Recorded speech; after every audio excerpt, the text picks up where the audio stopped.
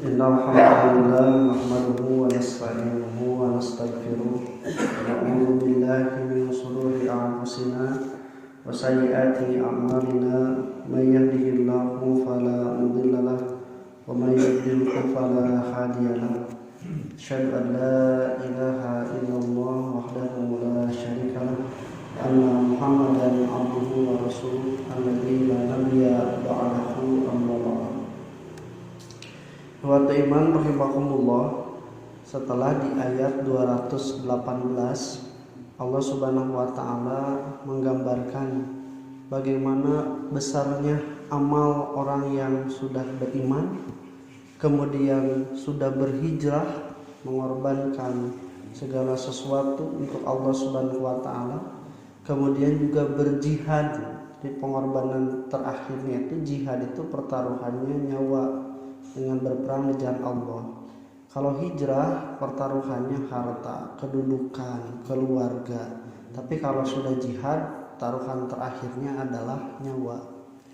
Nah, sebesar apapun amal orang beriman tadi, sudah hijrah, sudah berjihad, tapi mereka tidak merasa cukup, merasa sombong, atau merasa sudah tidak perlu lagi beramal atau berharap. Mereka tetap mengharapkan pada Allah Subhanahu wa taala. Di balik ketakutan dan kebimbangan serta kekhawatiran, takut jika amalnya tidak diterima, maka mereka yarjuna rahmatallahi. Nah, ini mungkin juga yang perlu kita terapkan ketika ibadah saum kita. Jadi pas buka teh lain bunga hungkul kudu aya hariwang inggis ieu saum dinten ayeuna teh teu ditampi ku Allah Subhanahu wa taala sanajan rengse dugi ka magrib. Maka ikhwati rahimakumullah, munasabah ayatnya dengan ayat 219 dengan pertanyaan yang diajukan pada Nabi berkaitan dengan khamar, ini menunjukkan bahwa orang beriman itu karena bersihnya hati dan mengharapkan ridho dari Allah Subhanahu wa taala, ketika ada sesuatu yang tidak sesuai sejalan, minimal ada kebimbangan dalam hati nurani, ya teh menang teu, ya teh halal haram, ya teh baik atau tidak, ya teh sunnah atau bid'ah, maka digambarkan di ayat 29 mereka akan bertanya, yas'alunaka anil khamri wal maisir. Dulu khamr dan maisir, minuman keras dan judi itu belum diharamkan karena sudah menjadi kebiasaan orang-orang jahiliyah. Tetapi orang-orang yang beriman seperti Umar bin Khattab terdapat kegelisahan, kebimbangan. Ini kok tidak dilarang padahal madaratnya banyak. Ayo orang kan tibalik, mumpung can dicarek nih. Hare-hare mumpung can dicarek. Geus dicarek mah hese tah.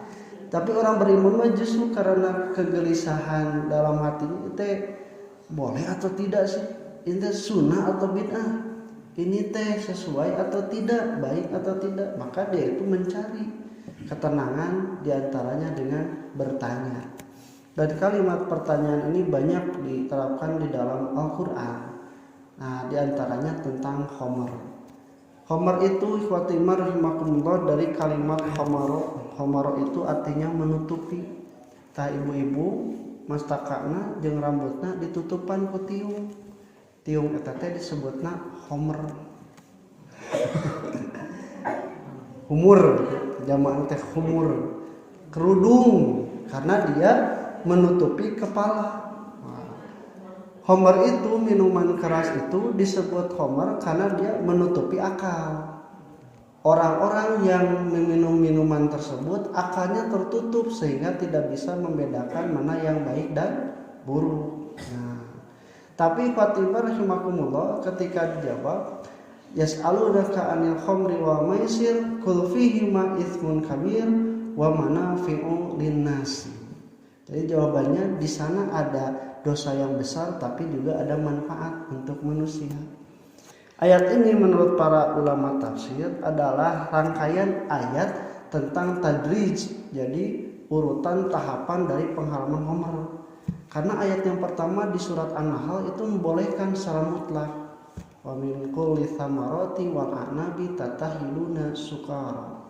Kamu dari buah-buahan dan juga dari anggur itu mengambil menjadikan sukaron. Sukaron itu artinya gula, tapi artinya fermentasi yang dijadikan salah satunya untuk menjadi khamr, itu diperbolehkan. Tapi ternyata kegelisahan Umar bin Khattab dan sahabat yang lain itu, dia menanyakan, ini kok diperbolehkan tapi madaratnya banyak. Cokwe ibu aya nu mabok judi kumaha? Pokoknya ya teh halal atau haram, duit naon dipake. Anu mabok homer komodeui eta mah, dia tidak tahu mana yang baik yang benar, bahkan dia itu tidak mengetahui dirinya sendiri itu seperti apa. Makanya ditanyakan oleh Umar bin Khattab, dan jawaban yang pertama di tajwid yang kedua itu adalah ada manfaat tapi dosanya besar. Milih mana? Ya teh aya manfaatna tapi dosana gede, milih mana? Ini cenah ieu teh haram tapi da ieu ge aya manfaatan tah gitu. Jadi khatimbar rahimakumullah, di antara dengan turunnya ayat itu betul para sahabat itu seperti Umar bin Khattab cenanya intahaina rek eureun cenah naha dasanajan aya manfaatna tapi juga dosanya besar. Jadi eta teh sabenerna mah nita eureun ngan halus keneh. Nya nita eureun ngan halus nitana teh. Eta teh dosana gede tapi memang aya manfaat anu ade. Da aing ngudag atau menghitung pada manfaat mah barang-barang yang haram oge aya manfaatna.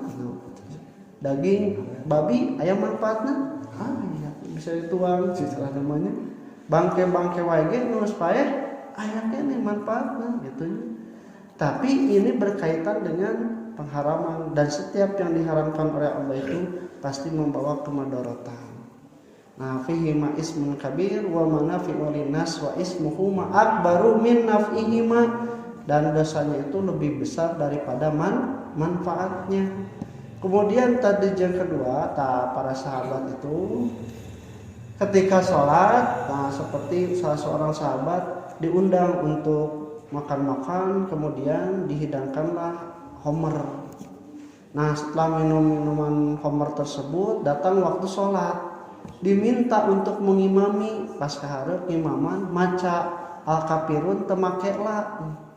Jadi a'budu ma ta'budun wa antum ta'budu nama a'bud.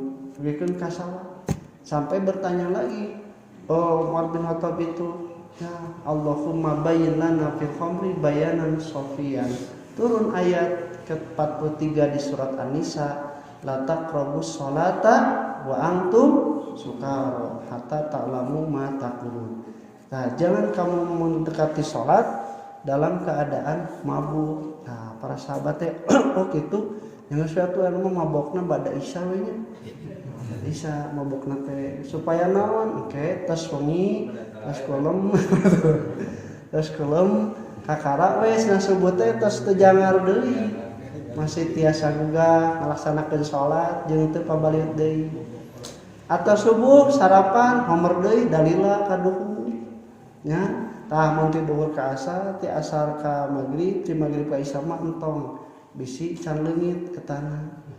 Nah, maka para ulama itu anger.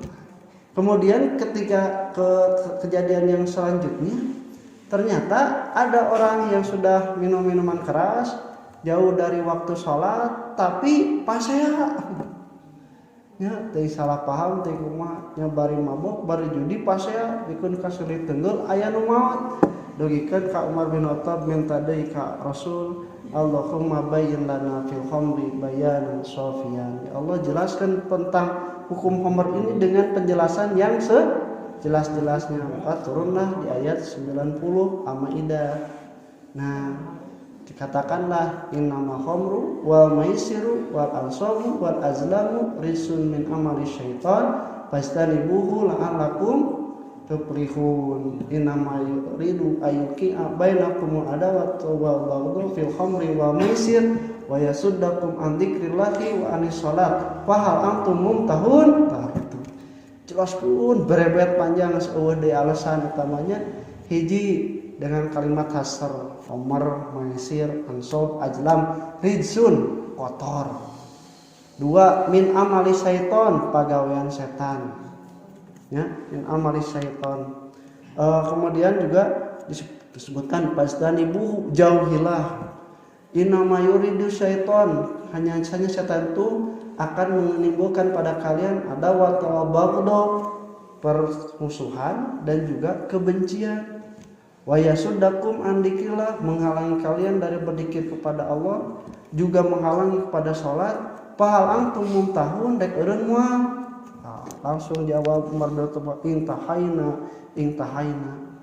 Jadi ainanya kitu teh lain hartina nanyakeun kudu dijawab eta teh nitah malahan mah leuwih berat tekanannya itu.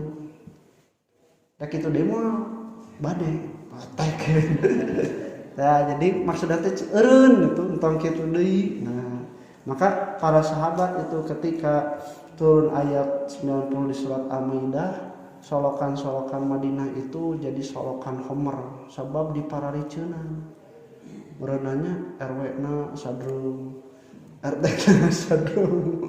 Bapak Ustadz ge baroga diparariceunan kabeanana sampai Madinah itu solokan-solokannya itu jadi solokan Homer dipariceunan teu aya nu ngesa sama sekali. Dan itu bertahap. Sabab lamun diharamkan secara langsung itu akan terjadi shock, jadi banyak penolakan, banyak ketidaksesuaian. Makanya dikatakanlah yas'alunaka 'anil khamri wal maisir itu adalah salah satu tahapan dari pengharaman khamr. Aku qouli hadza astaghfirullah li wa lakum. Assalamualaikum warahmatullahi wabarakatuh.